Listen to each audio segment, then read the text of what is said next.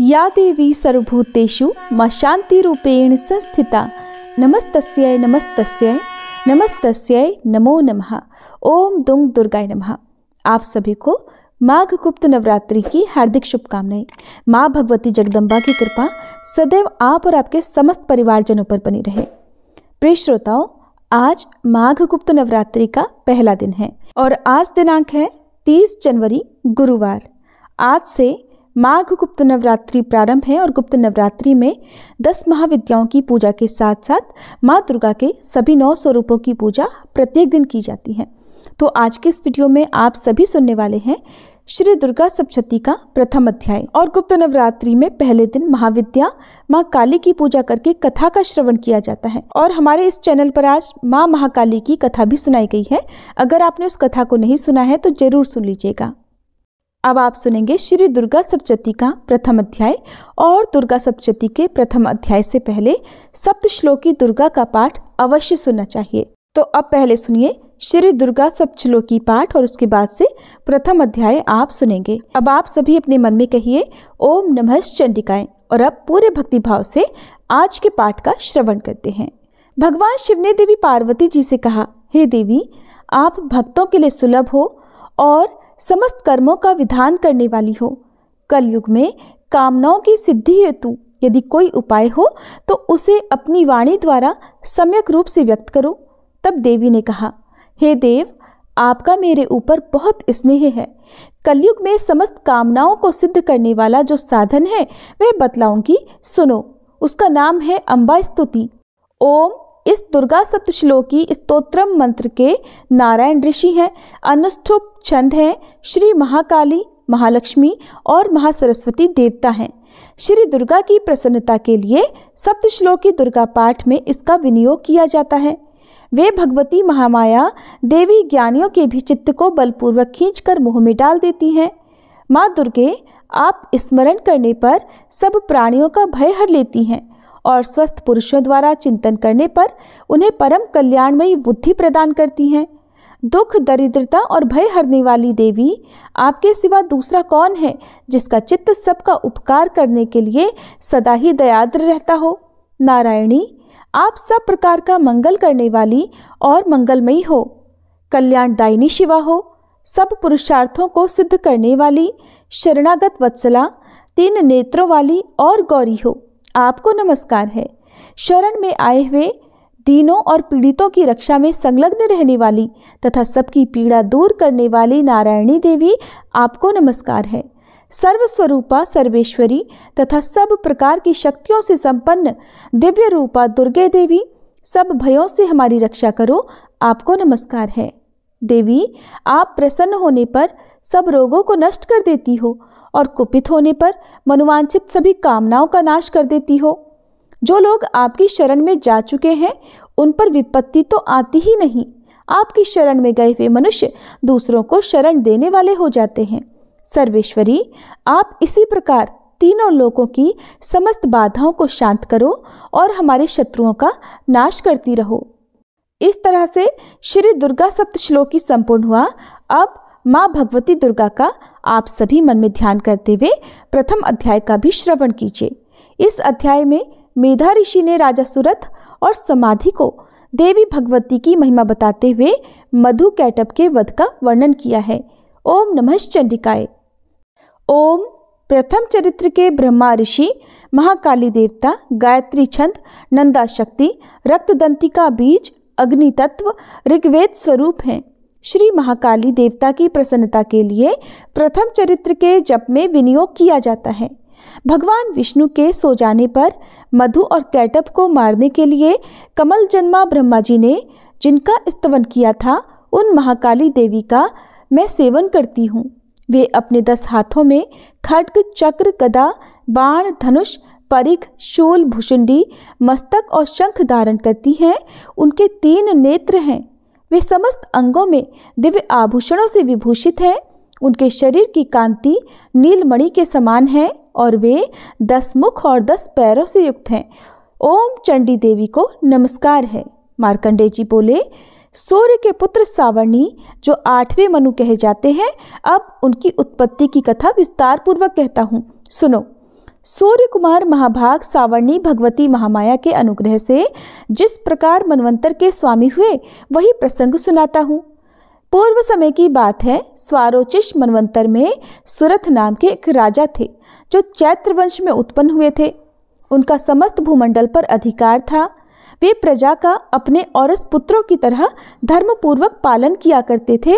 तो भी उस समय कोला विध्वंसी नाम के क्षत्रिय उनके शत्रु हो गए। राजा सुरथ की दंड नीति बड़ी प्रबल थी। उनका शत्रुओं के साथ युद्ध हुआ। यद्यपि कोला विध्वंसी संख्या में कम थे तो भी राजा सुरथ युद्ध में उनसे परास्त हो गए। तब वे युद्ध भूमि से अपने नगर को लौट आए और केवल अपने देश के राजा होकर रहने लगे। समूची पृथ्वी से अब उनका अधिकार जाता रहा, किंतु वहां भी उन प्रबल शत्रुओं ने उस समय महाभाग राजा सुरथ पर आक्रमण कर दिया। अब राजा का बल क्षीण हो चला था, इसलिए उनके दुष्ट बलवान और दुरात्मा मंत्रियों ने वहां उनकी राजधानी में भी राजकीय सेना और खजाने को हथिया लिया। सुरथ का प्रभुत्व नष्ट हो चुका था, इसलिए वे शिकार खेलने के बहाने घोड़े पर सवार होकर वहां से अकेले ही एक घने जंगल में चले गए। वहां उन्होंने विप्रवर मेधा मुनि का आश्रम देखा, जहां कितने ही हिंसक जीव जो अपनी स्वाभाविक हिंसा वृत्ति छोड़कर परम शांति भाव से रहते थे। मुनि के बहुत से शिष्य उस वन की शोभा बढ़ा रहे थे। वहां जाने पर मुनि ने उनका सत्कार किया और वे उन मुनिश्रेष्ठ के आश्रम पर इधर उधर विचरते हुए कुछ समय तक रहे। फिर ममता से आकर्षित होकर वहां इस प्रकार चिंता करने लगे कि पूर्व काल में मेरे पूर्वजों ने जिसका पालन किया था वही नगर आज मुझसे रहित है। पता नहीं मेरे दुराचारी भृत्यगण उसकी धर्मपूर्वक रक्षा करते भी हैं या नहीं। जो सदा मद की वर्षा करने वाला और शूरवीर था, वह मेरा प्रधान हाथी अब शत्रुओं के अधीन होकर न जाने किन भोगों को भोगता होगा। जो लोग मेरी कृपा, धन और भोजन पाने से सदा मेरे पीछे पीछे चलते थे, वे निश्चय ही अब दूसरे राजाओं का अनुसरण करते होंगे। उन अपव्ययी लोगों के द्वारा सदा खर्च होते रहने के कारण अत्यंत कष्ट से जमा किया हुआ मेरा वह खजाना भी खाली हो जाएगा। ये तथा और भी कई बातें राजा सुरथ निरंतर सोचते रहते थे। एक दिन वहां उन्होंने विप्रवर मेधा के आश्रम के निकट एक वैश्य को देखा और उससे पूछा, भाई तुम कौन हो? यह तुम्हारे आने का क्या कारण है? तुम क्यों शोकग्रस्त और अनमने से दिखाई देते हो? राजा सुरथ का यह प्रेम पूर्वक कहा हुआ वचन सुनकर वैश्य ने विनीत भाव से उन्हें प्रणाम करके कहा। वैश्य बोला, राजन, मैं धनियों के कुल में उत्पन्न एक वैश्य हूँ। मेरा नाम समाधि है। मेरे दुष्ट स्त्री पुत्रों ने धन के लोभ से मुझे घर से बाहर निकाल दिया है और मैं इस समय धन, स्त्री और पुत्रों से वंचित हूँ। मेरे विश्वसनीय बंधुओं ने मेरा ही धन लेकर मुझे दूर कर दिया है, इसलिए दुखी होकर मैं वन में चला आया हूँ। यहाँ रहकर भी इस बात को मैं नहीं जानता कि मेरे पुत्रों की, स्त्री की और स्वजनों की कुशल है या नहीं। इस समय घर में वे कुशल से रहते हैं या फिर उन्हें कोई कष्ट है? वे मेरे पुत्र कैसे हैं? क्या वे सदाचारी हैं या फिर दुराचारी हो गए हैं? तब राजा ने पूछा, जिन लोभी स्त्री पुत्र आदि ने धन के कारण तुम्हें घर से निकाल दिया, उनके प्रति तुम्हारे चित्त में इतना स्नेह का बंधन क्यों है? तब वैश्य बोला, राजन, आप मेरे विषय में जैसी बातें कहते हैं वो सब ठीक है, किंतु क्या करूं, मेरा मन निष्ठुरता नहीं धारण करता। जिन्होंने धन के लोभ में पड़कर पिता के प्रति स्नेह, पति के प्रति प्रेम और आत्मीयजन के प्रति अनुराग को तिलांजलि देकर मुझे घर से निकाल दिया है, उन्हीं के प्रति मेरे हृदय में इतना स्नेह है। महामते, गुणहीन बंधुओं के प्रति भी जो मेरा चित्त इस प्रकार प्रेम मग्न हो रहा है, ये क्या है? इस बात को मैं जानकर भी नहीं जान पाता। उनके लिए मैं लंबी लंबी सांसें ले रहा हूँ और मेरा हृदय अत्यंत दुखित हो रहा है। उन लोगों में प्रेम का सर्वथा अभाव है, तो भी उनके प्रति जो मेरा मन निष्ठुर नहीं हो पाता, इसके लिए मैं क्या करूं? तब मार्कंडेय जी कहते हैं, ब्राह्मण, तदंतर राजाओं में श्रेष्ठ सुरथ और वह समाधि नामक वैश्य दोनों साथ साथ मेधा मुनि की सेवा में उपस्थित हुए और उनके साथ यथा योग्य न्यायानुकूल विनयपूर्ण बर्ताव करके बैठे। इसके बाद वैश्य और राजा ने कुछ वार्तालाप आरंभ किया। राजा ने कहा, भगवान, मैं आपसे एक बात पूछना चाहता हूँ, उसे बताइए। मेरा चित्त अपने अधीन न होने के कारण वह बात मेरे मन को बहुत दुख देती है। जो राज्य मेरे हाथ से चला गया है उसमें और उसके संपूर्ण अंगों में मेरी ममता अभी तक बनी हुई है। मुनि श्रेष्ठ, ये जानते हुए भी कि वह अब मेरा नहीं है, अज्ञानी की तरह मुझे उसके लिए दुख होता है। ये क्या है? और इधर ये वैश्य भी घर से अपमानित होकर आया है। इसके पुत्र, स्त्री और भृत्यों ने इसे छोड़ दिया है। स्वजनों ने भी इसका परित्याग कर दिया है, तो भी ये उनके प्रति अत्यंत हार्दिक स्नेह रखता है। इस प्रकार ये और मैं दोनों बहुत दुखी हैं। जिसमें प्रत्यक्ष दोष देखा गया है उस विषय के लिए भी हमारे मन में ममता जनित आकर्षण पैदा हो रहा है। महाभाग, हम दोनों समझदार हैं, तो भी हम में जो मोह पैदा हुआ है ये क्या है? विवेक शून्य पुरुषों की तरह मुझ में और इसमें भी यह मूढ़ता प्रत्यक्ष दिखाई देती है। तब ऋषि बोले, महाभाग, विषय मार्ग का ज्ञान सब जीवों को है, इसी प्रकार विषय भी सबके लिए अलग अलग है। कुछ प्राणी दिन में नहीं देखते और दूसरे रात में नहीं देखते, और कुछ जीव ऐसे हैं जो दिन और रात्रि में भी बराबर ही देखते हैं। ये ठीक है कि मनुष्य समझदार होते हैं, किंतु केवल वे ही ऐसे नहीं होते। पशु, पक्षी और मृग आदि सभी प्राणी समझदार होते हैं। मनुष्यों की समझ भी वैसी ही होती है जैसी उन मृग और पक्षियों की होती है, और जैसी मनुष्यों की होती है वैसी ही उन मृग, पक्षी आदि की होती है। ये तथा अन्य बातें भी प्रायः दोनों में समान ही हैं। समझ होने पर भी इन पक्षियों को तो देखो, ये स्वयं भूख से पीड़ित होते हुए भी मोहवश बच्चों की चोंच में कितने चाव से अन्न के दाने डाल रहे हैं। राजन, क्या तुम नहीं देखते कि ये मनुष्य समझदार होते हुए भी लोभवश अपने किए हुए उपकार का बदला पाने के लिए पुत्रों की अभिलाषा करते हैं? हालांकि उन सब में समझ की कमी नहीं है, फिर भी वे संसार की स्थिति अर्थात जन्म मरण की परंपरा बनाए रखने वाले भगवती महामाया के प्रभाव द्वारा ममतामय भंवर से युक्त मोह के गहरे गड्ढे में गिराए गए हैं। इसलिए इसमें आश्चर्य नहीं करना चाहिए। जगदीश्वर भगवान विष्णु की योग निद्रा रूपा जो भगवती महामाया है, उन्हीं से ये जगत मोहित हो रहा है। वे भगवती महामाया देवी ज्ञानियों के भी चित्त को बलपूर्वक खींचकर मोह में डाल देती हैं। वे ही इस संपूर्ण चराचर जगत की सृष्टि करती हैं, और वे ही प्रसन्न होने पर मनुष्यों को मुक्ति के लिए वरदान भी देती हैं। वे ही परा विद्या, संसार बंधन और मोक्ष की हेतुभूता सनातनी देवी तथा संपूर्ण ईश्वरों की भी अधीश्वरी हैं। राजा ने पूछा, भगवन, जिन्हें आप महामाया कहते हैं वे देवी कौन हैं? ब्राह्मण, उनका आविर्भाव कैसे हुआ और उनके चरित्र कौन कौन हैं?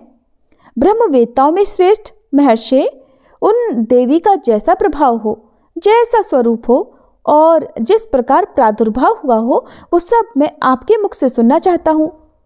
तब ऋषि बोले, राजन, वास्तव में तो वे देवी नित्य स्वरूपा ही हैं। संपूर्ण जगत उन्हीं का रूप है और उन्होंने समस्त विश्व को व्याप्त कर रखा है। फिर भी उनका प्राकट्य अनेक प्रकार से होता है, वो मुझसे सुनो। यद्यपि वे नित्य और अजन्मा है, फिर भी जब देवताओं का कार्य सिद्ध करने के लिए प्रकट होती हैं, उस समय लोक में उत्पन्न हुई कहलाती हैं।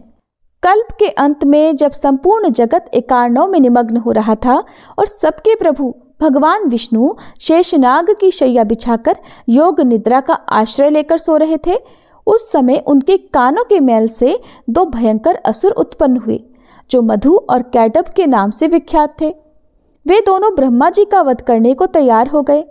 भगवान विष्णु के नाभि कमल में विराजमान प्रजापति ब्रह्मा जी ने जब उन दोनों भयानक असुरों को अपने पास आया और भगवान को सोया हुआ देखा, तब एकाग्रचित्त होकर उन्होंने भगवान विष्णु को जगाने के लिए उनके नेत्रों में निवास करने वाली योग निद्रा का स्तवन आरंभ किया, जो इस विश्व की अधीश्वरी जगत को धारण करने वाली, संसार का पालन और संहार करने वाली तथा तेजा स्वरूप भगवान विष्णु की अनुपम शक्ति है। उन्हीं भगवती निद्रा देवी की भगवान ब्रह्मा स्तुति करने लगे।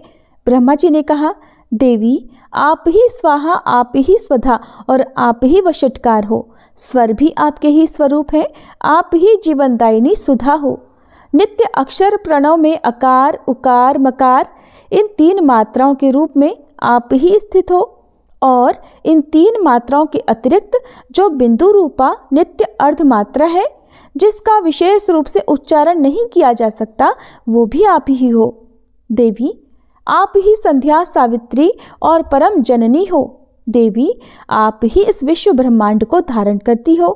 आपसे ही इस जगत की सृष्टि होती है, आपसे ही इसका पालन होता है और सदा आप ही कल्प के अंत में सबको अपना ग्रास बना लेती हो। जगन्मयी देवी, इस जगत की उत्पत्ति के समय आप सृष्टि रूपा हो, पालन काल में स्थिति रूपा हो और कल्पांत के समय संहार रूप धारण करने वाली हो। आप ही महाविद्या, महामाया, महामेधा, महास्मृति, महामोह रूपा महादेवी और महासुरी हो। आप ही तीनों गुणों को उत्पन्न करने वाली सबकी प्रकृति हो। भयंकर कालरात्रि, महारात्रि और मोहरात्रि भी आप ही हो। आप ही श्री, आप ही ईश्वरी, आप ही ह्रीं और आप ही बोध स्वरूपा बुद्धि हो। लज्जा, पुष्टि, तुष्टि, शांति और क्षमा भी आप ही हो। आप खड्ग धारिणी, शूल धारिणी, घोर रूपा तथा गदा, चक्र, शंख और धनुष धारण करने वाली हो। बाण, भुषुंडी और परिघ ये भी आपके ही अस्त्र हैं। आप सौम्य और सौम्यतर हो। इतना ही नहीं, जितने भी सौम्य और सुंदर पदार्थ हैं उन सब की अपेक्षा आप अत्यधिक सुंदरी हो। पर और अपर सबसे परे रहने वाली परमेश्वरी आप ही हो। सर्वस्वरूपे देवी, कहीं भी सत असत रूप जो कुछ वस्तुएं हैं और उन सब की जो शक्ति है वो आप ही हो। ऐसी अवस्था में आपकी स्तुति क्या हो सकती है? जो इस जगत की सृष्टि, पालन और संहार करते हैं, उन भगवान को भी जब आपने निद्रा के अधीन कर दिया है, तब आपकी स्तुति करने में यह कौन समर्थ हो सकता है? मुझको, भगवान शंकर को तथा भगवान विष्णु को भी आपने ही शरीर धारण कराया है, अतः आपकी स्तुति करने की शक्ति किसमें है? देवी, आप तो अपने इन उदार प्रभावों से ही प्रशंसित हो। ये जो दोनों दुर्धर्ष असुर मधु और कैटभ हैं, इनको मोह में डाल दो और जगदीश्वर भगवान विष्णु को शीघ्र ही जगा दो। साथ ही इनके भीतर इन दोनों महान असुरों को भी मार डालने की बुद्धि उत्पन्न कर दो। ऋषि कहते हैं, राजन, जब ब्रह्मा जी ने वहां मधु और कैटभ को मारने के उद्देश्य से भगवान विष्णु को जगाने के लिए तमोगुण की अधिष्ठात्री देवी योग निद्रा की इस प्रकार स्तुति की, तब वे भगवान के नेत्र, मुख, नासिका, बाहु, हृदय और वक्ष स्थल से निकलकर अव्यक्त जन्मा ब्रह्मा जी की दृष्टि के समक्ष खड़ी हो गई। योग निद्रा से मुक्त होने पर जगत के स्वामी भगवान जनार्दन उस एकार्णव के जल में शेषनाग की शैया से जाग उठे। फिर उन्होंने उन दोनों असुरों को देखा। वे दुरात्मा मधु और कैटभ अत्यंत बलवान तथा पराक्रमी थे और क्रोध से लाल आंखें किए वे ब्रह्मा जी को खा जाने के लिए उद्योग कर रहे थे। तब भगवान श्री हरि ने उठकर उन दोनों के साथ 5000 वर्षों तक केवल बाहुयुद्ध किया। वे दोनों भी अत्यंत बल के कारण उन्मत्त हो रहे थे। इधर महामाया ने उन्हें मोह में डाल रखा था, इसलिए वे भगवान विष्णु से कहने लगे, हम तुम्हारी वीरता से संतुष्ट हैं, तुम हम लोगों से कोई वर मांगो। तब श्री भगवान बोले, यदि तुम दोनों मुझ पर प्रसन्न हो तो अब मेरे हाथों मारे जाओ। बस इतना सही वर मैंने मांगा है, यहाँ दूसरे किसी वर से क्या लेना है। ऋषि कहते हैं, इस प्रकार धोखे में आ जाने पर जब उन्होंने संपूर्ण जगत में जल ही जल देखा, तब कमल नयन भगवान ने कहा, जहाँ पृथ्वी जल में डूबी हुई न हो, जहाँ सूखा स्थान हो, वहीं हमारा वध करो। ऋषि कहते हैं, तब तथास्तु कहकर शंख, चक्र और गदा धारण करने वाले भगवान ने उन दोनों के मस्तक अपनी जांघ पर रखकर चक्र से काट डाले। इस प्रकार ये देवी महामाया ब्रह्मा जी की स्तुति करने पर स्वयं प्रकट हुई थी। अब पुनः तुमसे उनके प्रभाव का वर्णन करता हूँ, सुनो। जय माता दी। इस प्रकार श्री मार्कंडेय पुराण में सावर्ण मनवंतर की कथा के अंतर्गत देवी महात्म्य में मधुकैटभ नामक पहला अध्याय पूर्ण हुआ और इसके आगे के अध्याय आप सभी कल सुनेंगे। नवरात्रि के दूसरे दिन श्री दुर्गा सप्तशती का दूसरा और तीसरा अध्याय पढ़ा या सुना जाता है, तो कल आप सभी दूसरे और तीसरे अध्याय को सुनेंगे, जिसके लिए अगर आपने हमारे चैनल को अभी तक सब्सक्राइब नहीं किया है तो जरूर कर लीजिएगा, ताकि आपको सारी वीडियो समय पर मिल सके। और अगर आपको ये जानकारी अच्छी लगी हो तो आप वीडियो को लाइक करके कमेंट बॉक्स में जय माता दी जरूर लिखिएगा।